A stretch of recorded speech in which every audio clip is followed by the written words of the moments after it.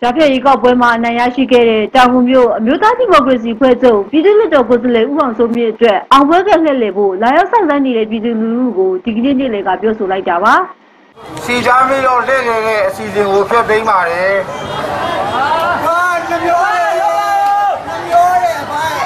တကယ်လို့လှည့်လည်မယ်ဆိုရင်မမျောမှန်းနိုင်တဲ့ပြဿနာတွေဖြစ်လာနိုင်ပါတယ်။ကိုယ့်ရဲ့အနိုင်ကလည်းအရှုံးဖြစ်သွားနိုင်ပါတယ်။ကိုလူထုလည်းပဲမျက်နှာဆုံးရှုံးမှုဖြစ်နိုင်ပါတယ်။ဒါကြောင့်မလို့မလွဲတာမရှောင်တာတဲ့အတွက်ဒီအစီအစဉ်ကိုဖျက်သိမ်းတာပါအားလုံးရဲ့အကျိုးအတွက်နားထောင်ပါဒေါ်အောင်ဆန်းစုကြည်ရလည်းပဲအခုလိုလုပ်ရတဲ့ကိုခိမ့်နဲ့ကိုယ့်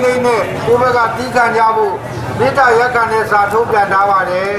ဒါတို့ခေါင်းဆောင်တို့စုရလည်းမလိုလားပါဘူး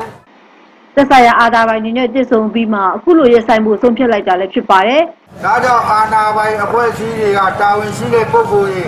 အခုပဲအဘတို့နဲ့တွေ့ဆုံဆွေးနွေးပြီးတော့သူတို့ရဲ့မေတ္တာရက်ခံချက်နဲ့အဘတို့သဘောတူပြီးတော့ဒီပွဲကိုရပ်ဆိုင်မှုဆုံးဖြတ်တာဖြစ်ပါတယ်အားလုံးကပြီးကပြီးတော့ဒီအစီအစဉ်ကိုရုပ်သိမ်းပေးဖို့အဘမေတ္တာရက်ခံပါတယ်